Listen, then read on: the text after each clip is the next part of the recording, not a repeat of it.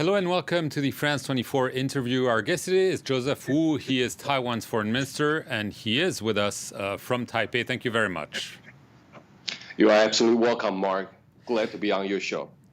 Thanks. The NATO summit was just concluded in Vilnius, Lithuania. It was mostly focused on Ukraine. However, it also mentioned China in unusually harsh terms, saying that China challenged the alliance's interests, security, values with its, quote-unquote, stated ambitions and coercive policies. This prompted a furious reaction from Beijing. What is your reaction? Well, the summit also mentioned about the threat against Taiwan. And the reaction from Taiwan is that it has stated the truth, stated about the people who are being threatened by China in a very consistent way. So the reaction from Taipei is that we appreciate that NATO is paying attention to this problem that posed a threat against the region. The Indo-Pacific is a region that has been suffering from China's expansionism. And I'm very glad to hear that NATO now is also paying attention to the Indo-Pacific. Peace and stability over the Taiwan Strait is very important, not just for Taiwan, but also for the global community. And I think NATO is taking a right approach. Right.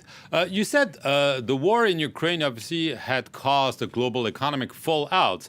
But I quote you recently, you said it would be even worse if the war is to break out in the Taiwan Strait. How so, Mr. Wu? If you look at some simple facts, about 50% of the goods to the rest of the world flow through the Taiwan Strait. And imagine if the communication or shipping lanes is disrupted, the kinds of impact it would have on the international community. Another very simple fact is that a high percentage of the semiconductor products are coming from Taiwan, especially the very highest end of the semiconductor chips. About 90% of them are produced here in Taiwan. So if the supply chain is disrupted, it's going to be a disaster for the rest of the world. The NATO declaration also mentions China's and Russia saying they were involved in, quote-unquote, deepening strategic partnership. Are you seeing such military cooperation between Beijing and Moscow? And does it affect Taiwan one way or the other? Well, it might not be seeing that obviously from the European perspective, but here in the Indo-Pacific, especially in the West Pacific, we have been seeing repeated joint military exercises by China and Russia. Just a few weeks ago, there was a joint Air Force exercises by China and the Russian Air Forces. And very recently, the Russian battleships also sailed through this region. And sometimes the Chinese and the Russian navies would also conduct joint military exercises. Even though Russia is suffering from the war slowdown in Ukraine, but in the Far East, the Russian military seems to be remaining intact, and they are still very active, especially in cooperating with China. Right. In late June, the top U.S. military official, the U.S. Joint Chief of Staff General Mark Milley, said despite the well-publicized plan calling for the Chinese military to be ready to invade Taiwan by 2027, there is no indication, according to him, that Chinese President Xi Jinping has made one decision one way or the other. Do you agree with this, or are you more skeptical? Well, we agree with that kind of assessment. In fact, that is not the only assessment about the situation. The defense secretary and also the intelligence chiefs in Washington, D.C. have said similar things. And our analysis here in Taiwan is very similar to that. We see no imminency of the Chinese military actions. And we also see that the war is not unavoidable. What we see in the Chinese strategy is that they are posturing to pressure Taiwan. They're trying to coerce Taiwan if Taiwan can throw up the tower and surrender to the Chinese pressure. The Chinese military is following a military philosophy of the ancient military philosopher Sun Tzu. the Chinese are trying to crush its enemy without the actual use of force. And I think the Chinese are following that philosophy in applying pressure against Taiwan. But we see no imminency in the Chinese use of force against Taiwan. But nevertheless, the threat is there. And the need for Taiwan to beef up its defense capabilities to serve as a deterrence against the Chinese threat is very serious, and we are doing that.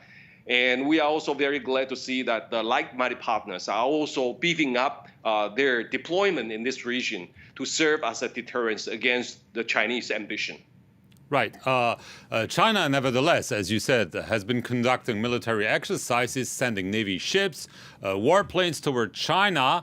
On a regular basis, the planes are crossing the midline of the Taiwan Strait, which is a kind of security buffer zone. But as far as I can tell, it has never entered your territorial space or the broader contiguous zone, as it's known. What if they do so? You mentioned about the median line of the Taiwan Strait. It has been there to safeguard the peace and stability and the status quo across the Taiwan Strait for decades. But we also have our airspace. We have the territorial water, all these to be adjacent to our territory. And the Chinese understand that if they cross the line, there will be very serious consequences. And what the Chinese military, including their Air Force and Navy, are doing is trying to compress our reaction time, is trying to compress our defense steps. And they're trying to create pressure on Taiwan, either politically or militarily. They're trying to pressure Taiwan to the degree where they might want to see the Taiwanese people saying that, okay, that's enough, we will give up. But I think this is a very important matter, not just for Taiwan, but also for the democracies around the world. China is leading the authoritarian forces, trying to expand their influence throughout the world. And Taiwan happens to be on the front line. And we are very determined to defend ourselves. And we understand that if we fall, it will be at the cost for the rest of the democracy. So we are absolutely determined to defend ourselves. And are you certain that the U.S. will defend Taiwan? Defending Taiwan is our own responsibilities. And this is the commitment of the Taiwanese government and the Taiwanese people. But during this period of time when we try to beef up our defense capabilities, we have been working very closely with the United States so that we can procure the defensive articles that are needed for Taiwan's self-defense. And we have also been working together to have our military better trained. And we have also been working together with the United States to reform our military so that we are more adapted to the asymmetric strategy. And all this being working in very close coordination with the United States, and the U.S. support during this period of time is highly appreciated. Right. Taiwan will later this month hold its annual military exercises. And as part of it, there will be for the first time a large-scale evacuation drill. This has been described in some media outlets as, in fact, an escape rehearsal for your president. What is your stake about what's happening and what's being said about this drill? Well, Hanguang exercise is an annual exercise, and the purpose of the exercise is to prepare Taiwan for any possible contingency. And if war is about to take place, we will try to analyze what kind of situation might happen in Taiwan, and we need to respond to the kinds of military situation. So this is a preparation, and this is very normal. With Europe, the European Commission has been reluctant to begin negotiation on a bilateral investment agreement with Taiwan. Why is that? You're saying that you've been able to get some better, improved relations in Europe, but it still seems Europe is afraid of Beijing.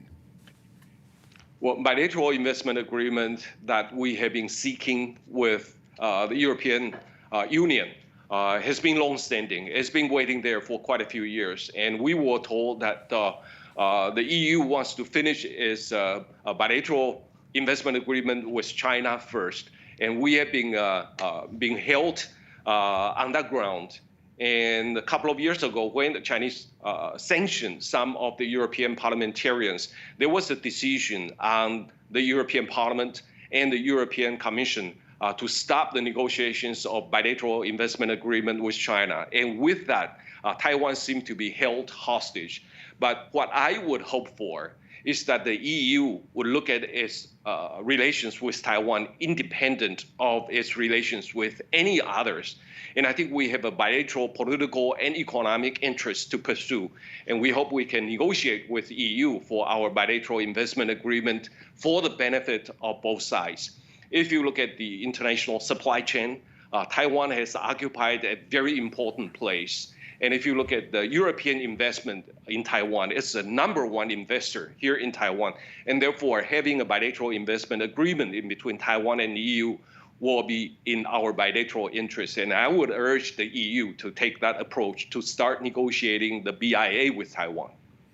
Joseph Wu, that's all we have time for. I want to thank you very much for appearing here on the France 24 interview from Taipei. And I want to thank you all for watching it.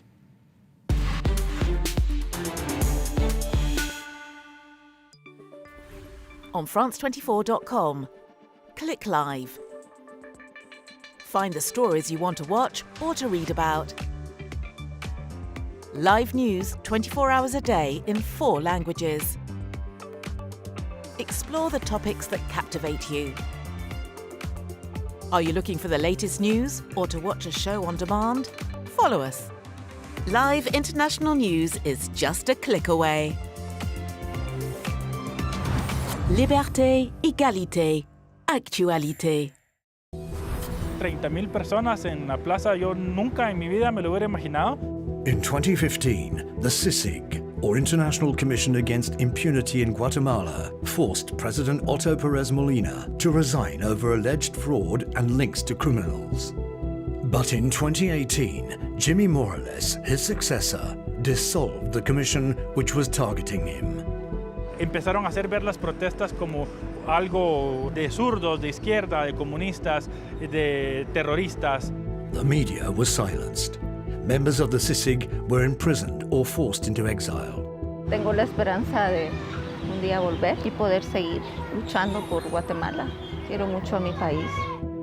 Guatemala's lost hope, for revisited on France 24 and France24.com.